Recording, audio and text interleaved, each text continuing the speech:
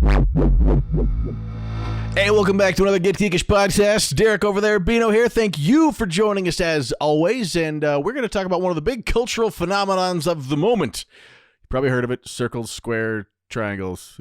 Squid Game, Netflix's #1 show in over 90 countries. It's going to make him, I think I read somewhere, $900 million.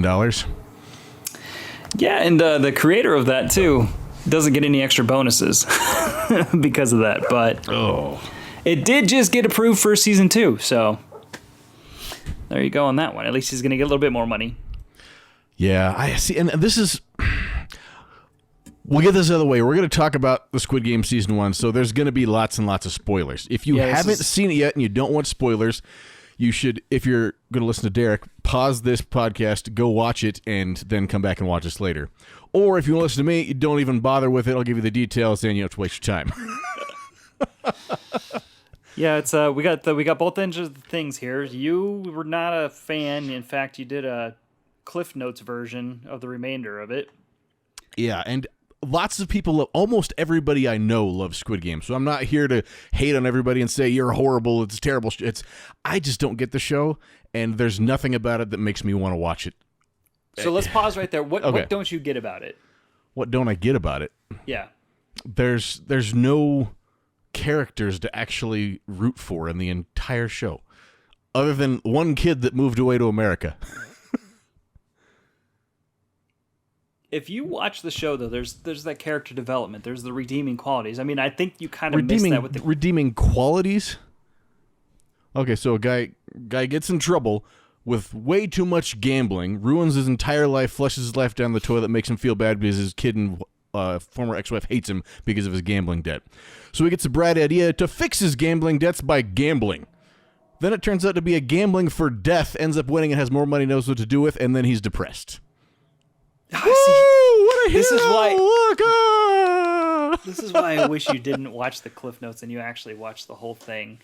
I got through like 4.5, 5 episodes, and I just couldn't take the rest of it, so I had to skim through the rest to make sure I was caught up and knew what happened. But when I read the twists at the end, I was not surprised whatsoever. But yeah, I mean, I also don't get the part, like, when the bad guys with the masks, like, a lot of people get creeped out. Oh, 'cause you can't see their faces. You don't know who's who. It's like the freaking Masked Singer.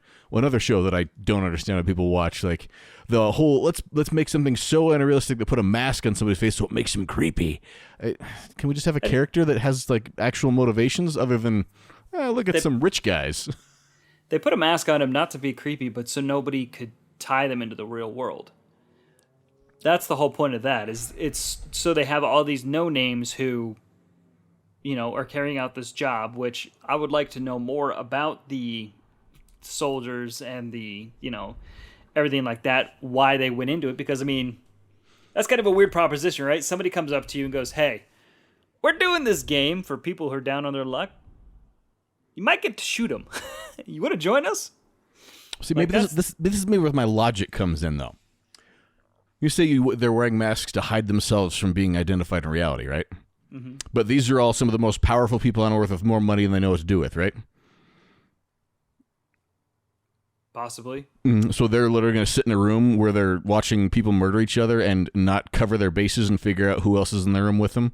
Do a little sleuthing on the side and figure out who's in the room with them. So you're saying that if Elon Musk has an accent, so you'd figure him out. But I mean, like, if you had some billionaires in there like Bezos and whatnot wearing masks, they would figure out who each other are. Oh yeah. I don't think so. Most rich people, at least what TV. Well, the game was rigged. Some of the reviews I was reading were talking about how it was trying to be an ethical take on how it shows the inequalities and blah blah blah because they were given a fair chance. Like that was the creator's game, was you want to have everyone got a fair chance to be treated equal. But that was complete crap because it was from the get-go, it was unequal. There was one little man in the tournament that had an unfair advantage from the get-go and could toy and screw with other people's decisions and emotions the entire time, so it wasn't everybody being treated fairly and given a fair chance. It was one rich guy screwing with people. I will say, when it comes to the aspect of like the tug of war episode, when he's on the team and he's giving them, the thing, and the people are like, breaking down that episode when he's not locked in and everything like that. They're like, oh, here's a clue right here. That one, yeah, that one right there is like he was ready. Like, he wasn't strapped in because he was ready to let that team just If they started going off the cliff, he's safe.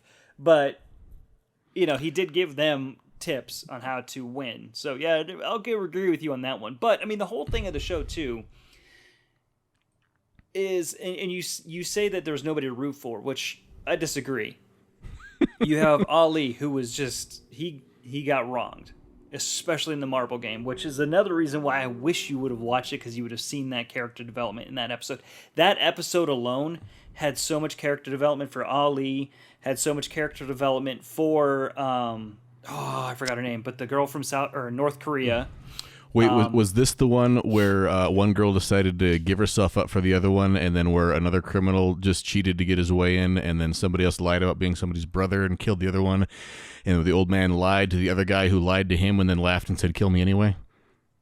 Yeah. Yeah. Okay. Just make sure I got through the other ones. But that's just, I don't know. That's like, I don't know. That's there's so much more to that episode, because like as a whole, the show is entertaining, right? And it has its flaws and everything like that. But that episode as a whole, just watching it and going through the emotions and everything like that was just fantastic. And, character development goes both ways. Throughout the show, you see, what is it, Sanhook or whatever, the guy that went to the Korean business school or whatever. You see him, like, he's praised high, but as the show goes on, he just keeps going down and down and down, and you just see his character deteriorate into being a big old a-hole, which is, it's cool kind of to see that, especially with that Marvel episode. But he was an a-hole to begin with. Right, but I mean, the character of devolving into one, you realize, oh, he was lying to me the entire time too. I kind of like that little old man. Now I want him to jump off a cliff.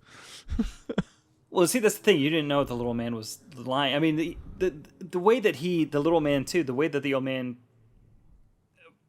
toyed with the whole emotions of him losing his memory and everything like that. That was brilliant. A lot of people say at that episode, when there was one person left over and it ended up being the crazy girl that didn't get a partner, the old man was trying to distance himself. Like, he poured water on himself to make himself, to look like he peed himself, so he wouldn't be chosen. He'd look weak, so that way he wouldn't have to compete in that, and then they would just say, "Oop, we killed him since he was left over." But since Gihan went over there and was like, "You want to play with me?" type of thing, it played out. I don't know. That, to me, that episode was one of the most brilliant episodes I've seen in television in a long time, and they did it right. So I'm kind of excited to see what happens with season 2, where they're going to go, but I'm also pissed off too, because it could have been wrapped up, but they're going to explore, I believe, kind of what's going on and why all the rich people do this and whatnot, Well, they have to have a season 2, because the old guy was the one that was the host of this game for it, but now, I don't remember the names of the characters. The brother that took his mask off, that was the head guy that won the last season of it, something like that. He's going to come back and either make it worse or try and be a redemption arc where he comes and takes over the game. But they also made mention that the rich people about how that this is the best one, so they're implying that there's Squid Games going on in other parts of the world too. True. I also think that the cop brother is not dead, because he was shot in the shoulder, and yeah, he fell off a cliff, but he was ready to yeet himself off there anyway and swim. So that's my thing there. Mm-hmm. But I digress. So let's look at some different aspects real quick. A lot of people originally started panning the show because, and I don't know if you watched it this way, the dub is awful. I switched to the subtitles because I tried to watch the first 2 with the dub, and it was a little painful. The acting did not match the noises. Right. Well, and that's the thing too, is like, we've all watched dubs. We were talked about this in animes, how, some animes are over the top and it works and everything like this, but some of the voice acting in this, it was over the top and it didn't need to be, especially with and I forget the crazy lady, her voice acting, because we watched the dub, because for like the first 3 episodes, that's what I thought it was. And then I realized that after I read an article, I was like, oh, because Netflix automatically started in the dub for me. Because even like when we first started watching that first episode, I was like, this is a good show, but the voice acting is really weird. Mm-hmm. So going back and watching key scenes, like you said, with the subtitles on, it's a whole different show. Not whole different, but like some of the scenes are really different because, you know, with the crazy lady, she's not as amped up as the voice actress made her be. And it's weird decisions like that I don't know. I'm looking at that going, And then apparently you have the subtitles with the Korean, right? And then you have the closed captioning subtitles to English, which I guess have screwed up everything because they're not translating right. And then you have the English dub, which is also missing some things. So if you watch it in Korean with the original subtitles, you're getting the full experience. So it was weird to read little things like that, but... And that was one of the ones, too. I remember watching it with some of the subtitles where there are certain things that I wish I had a better memory, but there's a few things that popped up when they said something on screen and what was said at the bottom was completely opposite. You're like, wait, he just said, I think you're beautiful, but the subtitle was, I want you to die and rot. You're like, what? Yeah. Like something that equivalent that happened a couple times where the translation and the closed caption were polar opposites, and like, wait, I'm not sure what you meant. Well, I mean, there. I think that happens everywhere too. But I mean, yeah, the English closed captioning as opposed to the English subtitles is way different. Squid Game originally called Round 6. So I remember hearing about Squid Game. You know, everyone's like, "Oh, you need to watch Squid Game." And I was like, "That's a weird name. What's this about?" And then, you know, kind of starts with the child's game thing. I was like, "Oh, okay." See, and I will hand it to the fact that it did take a relatively overused story trope and did something a little different with it. Like you have the dangerous game, the Hunger Games, battle arena, or whatever that one's called. Battle Royale. The same concept of this, you know, rich people watching murder for death, but they did something and made it not just, oh yeah, here's the same rehash story with a different character line. They tried to make it a little bit different, which I'll forgive that. They had some cool costumes, cool set designs. The acting was pretty solid. Some of those people did a really good job with it, but I feel like this is Breaking Bad syndrome for me. When there's not a character that I can root for, I just can't. Let's go back to your Marvel episode. What are the emotional triumphs of these characters in episode 6 that we should all be proud of? I don't even think it's the triumphs. I think it's the emotional devastation. It's one of those ones where, you know, it starts out as this thing. They're going to be playing a games together. You're like, yeah, and then you find out that whoever loses, because they're broken into pairs. Whoever loses that game dies. So you had, you know, Gihan with the old man. You had Sanhook or whatever his name is from business school paired up with Ali because he was like, you know, you and I are the strongest ones. Like the mentality going into this, like, okay, we don't know what we're doing. Let's pair up. I'm going to pair up with you because we're some of the strongest ones. And then they go in there and they find out that they have to play the games against each other and the loser dies. And just that whole right there, it's just like a gut punch. You're like, oh man. Because we got some of the backstory with Ali and he, you know, was down on his luck type of thing, immigrated to South Korea and is trying to provide for his family. And that's why he got into it, right? He wasn't some guy that went into debt because of gambling or owed a whole bunch of people money. Well, he's trying to take care of his family by murdering other people for money. Let's get that clear. Well, he wasn't murdering. They didn't murder. Well, I mean, besides the whole lights out thing, but there was no murdering. He wasn't doing it. The other people were. Anyway. And then pushing somebody in front of a train doesn't mean the train is a murderer. Oh my God. And then you have the girl from North Korea who paired up with the other girl who just came out of normal, and they had that whole emotional back and forth, and it was just, I don't know, it was kind of interesting to see, and especially when you're watching the episode and you don't know that the old man's in on it, and everything that he's done to help Gihan and the others progress into the story, and you know that he's dealing with the brain tumor. It just plays with the emotions, and it's just a very devastating episode. And it's but what right before that part of the reveal though? This old man's got Alzheimer's, dementia, whatever, pees his pants, everybody feels bad for him. And what does our main hero do? Lies because he's going to kill him because he needs to win that money. Well, and that's the thing too. This poor old man. Yeah, I'm going to kill him anyway, whatever. It's not as simple as that though, because if you watch the episode, you can see him struggling with it. You know, he's sitting there, he's worried, he knows that he's losing, and then the old man's giving him a chance. We don't know the old man's giving him a chance, right? But watching him with that struggle where the old man shows him that sign of like, oh, did I count wrong? And then you see him go, yes, you did, to that whole thing. And you can see the guilt. And like the actor did a fantastic job with showing that guilt and that struggle, which... But the guilt is everywhere. They're already in this game. They're already hands, elbows deep in a thing of like, hey, if you win, most of these other people are going to die. But that's the thing. So not wanting them to die doesn't make you a good person all of a sudden. Because, well, yeah, most of them are going to die, but I really like this one. He should make it. God, you're missing the whole point. No, it's called logic, son. It's called logic. No. I am excited, though. I mean, this took... What? The creator was creating the script back in 2008. He finished his first draft in 2009. And not only that, when he was writing it and creating it, he needed money. So he sold his laptop that he was creating that on to, pay bills and whatnot, and took a pause in writing it and creating it. And then luckily Netflix picked it up, and it was originally supposed to be a movie. I think it did much better as a series. Yeah, this would have been a real forgettable, just one and done movie. Yeah, I think that it was being able to develop it, and that's a lot of things too. We look at some of the movies, like the shows that Marvel did on with Disney Plus. WandaVision, yeah, could have been a movie, but the way that they developed it and way better like that, it works. So the other thing, Squid Game here, the whole lesson, like if you take just a quick glance at this series, pretty much the lesson is if you lie to people, you're a jerk, and gambling is bad, right? Which a lot of movies have told us, right? Right, but that's the basic premise of the movie.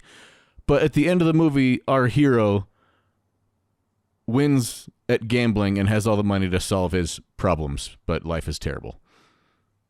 Well, I think I think that's another thing too. I think that they did a fantastic job with showing that money does not fix everything. He had all this money, but he had all the guilt that came with the money too. At the end of it, he had to end up killing who he thought was one of his friends because he found out he betrayed him and everything like that. He had the guilt of that girl from North Korea that he was going to help because they didn't know that it was just going to be one survivor. Is he going to come back and be part of the next season of Squid Game?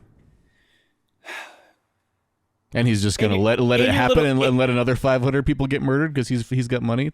In your little cliff notes, did they show you what he did? No, he did a lot of... What are you talking... Which... No, at the end. At the end, he finally clicked and decided that he was going to use the money, right? He went through the whole depression thing, everything like that, had the meeting with the old man, and the old man told him, nobody's going to change. Nobody's going to help each other. This is why we do this. Nobody's going to help. There was a homeless man on the thing, and he made a bet with him. He's like, if nobody helps him, blah, blah, blah, this. And he's like, you can have, take your money back and everything like that. The homeless man ended up getting helped right at the last minute, showing that there's still kindness and humanity, and that kind of clicked something in him.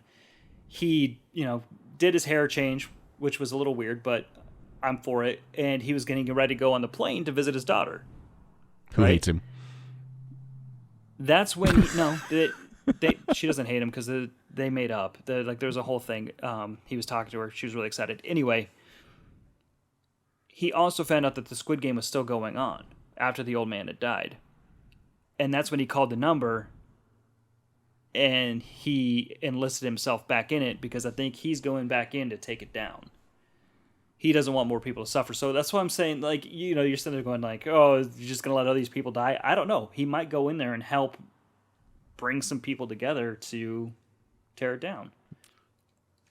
I don't know. I mean... God forbid he tell the police or something. He tried. Well, now he's got $38 million. So I'm sure they'll listen to him a little more now. That was one thing, too, watching the show. They kept doing the money counter, and I had my phone up, and I was like, how much is that? Doing a converter. Well, I laugh, too, because it goes in the same logic train as a lot of people that jump on all of these huge multi-conglomerate conspiracy theory schemes. I love me a good conspiracy theory, but anyone that thinks that a huge group of people can keep a secret have never touched anything near project management. If you've got that many levels of minions and thugs and advisors and money launderers and errand people, you can't keep that airtight a secret for long. Right. You can't run a ring of 500-person murder rings a couple times a year around the globe and it's, I don't know, ghosts. Maybe they have some really airtight NDAs. I don't know. I guess they're not above murdering somebody. So. Yeah, I was gonna say. And I guess there were some of the cheaters that did get strung up in the one episode where they had the banker guy and then some of the guards strung up there. Yeah, doctor, that's it. Yeah. But Fun fact, just a random fact for you because you'll appreciate this because you play Overwatch. You know the guy with the snake tattoo, the thug? Mm-hmm. In the actual dubbed version, the voice actor that does his voice does the voice of Hanzo from Overwatch. Just a fun little fact for you. Really? There you go. That seems way better than the one they had for the English dub. No, that's who did it. Was the guy for the English. Oh, for the English dub or for the... Yeah, for the English dub, the guy that did the voice for the thug was Hanzo in... Really? Yeah. There's something I might need to watch at least another minute or two of it for. The other part that's bothering me is how popular it is with kids. Yeah, that's the weird my part. elementary school kid, she just keeps begging to watch it. I'm like, no, this is something that's not for kids. And they're playing red light, green light at recess, and let's take a pause there. Which is really weird because red light, green light was kind of not really popular with us, but we still played it as kids. Remember? Well, red light, green light, it's not a new game, but they're playing red light, green light where they die. No, I know, and that's what's funny to me is like. How, like, I remember playing red light, green light, and everything like that, and I'm watching the show, it's like, great, and then, like, you know, my daughter comes home, and she's like, yeah, we played red light, green light, you know, because of Squid Game. I was like, what? And she said, she's like, hey, can I watch this? I was like, no, you can't even handle Hunger Games. You can't watch Squid Game. But yeah, I mean, we had a teacher friend on Facebook share that, you know, kids were drawing that type of stuff and, like, you know, drew that the teacher should dress up like as one of the contestants, you know, for Halloween. And I was like, this is weird. Like, what Roblox, the video game, has, like, you know, because Roblox, you can create anything, and there's somebody's created Squid Game in there. You have a game called Crab Game or something like that on Steam, which is not like Squid Game, doesn't have those same type of games, but it kind of has the same type of games because they don't want, you know, copyright. So it's weird. That's about that. Like I said, I have to hand to Squid Game. I don't like it, but I know that there's millions of people that absolutely adore the show. But this is one of the biggest cultural things that's happened in a long time. Number one in 90 countries. When was the last show that was number one in 90 countries? Like I feel like it's some research I need to do, but it's a huge deal. I mean, you go browse through number one songs in YouTube in different countries, or number one songs that are shows on Netflix in different countries, and they're usually polar opposites. Maybe a couple of them will share the top 10 list, but something like this to come around and have this much effect of all ages, all walks of life, restaurants are jumping on the themes, Halloween costumes. I mean, Squid Game was a huge Halloween costume for stuff. Every time I go on TikTok, there's somebody doing a Squid Game, something like that. There's thousands upon thousands of blogs now written of which one of the characters from so-and-so show would survive in Squid Game. Like, thanks, people BuzzFeed. Doing podcasts about Squid Game. I mean, bunch of losers. But it's a cultural thing. Like, this is one of the things that everyone can talk about, and maybe that's part of what it is too. I was going to say, this is like you and Tiger King all over again, because you didn't get on the Tiger King bandwagon either. And I was right to not get on the Tiger King bandwagon. I don't know. That was pretty interesting. That was pretty fun watch. But anyway. Those were real people being murdered. I digress. But you wish that something that was that big of a cultural impact in the world might have a little more uplifting or heartfelt or caring message. But when the message is gambling is bad, everybody's evil, nobody helps anybody, but hey, you could get rich. I think you need to watch. I think you need to not do the Cliff Notes and watch it, because there's more to it than just that. And I know people in the comments, back me up. Come on. Back me up. You know there's more to it than just, oh, this person's a jerk and blah, blah, blah. There's no redeeming factors. There's tons of redeeming factors. Not wanting to die is not a redeeming factor. Wanting to get money to pay off your debts is not a redeeming factor. Back me up. I mean, okay, so that means what? You don't like the movie Blade Runner, or not Blade Runner, Running Man? Running Man. With Arnold Schwarzenegger, where they put convicts together from the 80s. You don't remember that movie? Don't recall seeing that one. What about The Pest, where he hunts humans, or The Most Dangerous Game, or whatever? And The Most Dangerous Game, that one I felt like there was characters because the people that got pulled into the game were just everyday walks of life put for it, not people that had already made horrible decisions and become scummy people. No, that's not true. Though with Squid Game, that's still everybody, everyday walks of life. I mean, Ali was not a scummy person. You saw those dossiers they had on every person in that game. They knew every single one of them had horrible financial decisions and was desperate and at their wits' end to try and find any way to get themselves out of the hole they dug themselves into. It makes people do crazy, stupid crap. Most of the world right now has horrible financial debt. Look at all the student loans. So that's what I'm saying. Ali was not a scummy person, and he was in the game to help his family. There's different aspects. See, if you go that route, then this thing is saying, well, yeah, make some bad decisions because don't worry, there's an easy way out if you fix the right way. Isn't that what the lotto is? And how many people go bankrupt trying to play lotto over and over again? That's true. There's Life imitates art. People that get student debt either work to try and pay off student debt or they go get more student debt. It's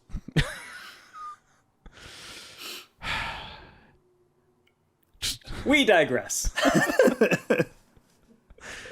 Maybe I just hope more for humanity than Squid Game. Yeah. But maybe. Yeah, I mean, we could probably argue about this all day because this is one of those things. Because this is what we do as a podcast. It's kind of fun sometimes. Is we don't always agree on everything. But here's a lesson the world can live on. He loves Squid Game. I don't love Squid Game. Does that mean we have to hate each other? No. We're still buddies. Can we do this thing over here? Can you? Which side are you on? I don't know. On my side, you're on this. We'll do it on both. Everyone listening now thinks they're crazy. We'll just do this. Hey, there. All right. Apparently that means we're hitting our ending point. But let us know in the comments. What do you think of Squid Game? Are you on Team Beano or are you on Team Derek? Squid Game for life or next, please? And I'm going to send you a bag of marbles for Christmas. That's what I'm going to do. That's too soon. But it's going to be rocks. All right, let us know in the comments at Geekish. Squid Game, cultural phenomenon, making Netflix $900 million. Lots of people like him love it. And a few people like me, not so much. Let us know what you think. And we'll talk at you next week. Bye. Thanks for listening. We appreciate it very much. Don't forget to like and subscribe to the podcast. And speaking of more podcasts, we got plenty of them. Check the links.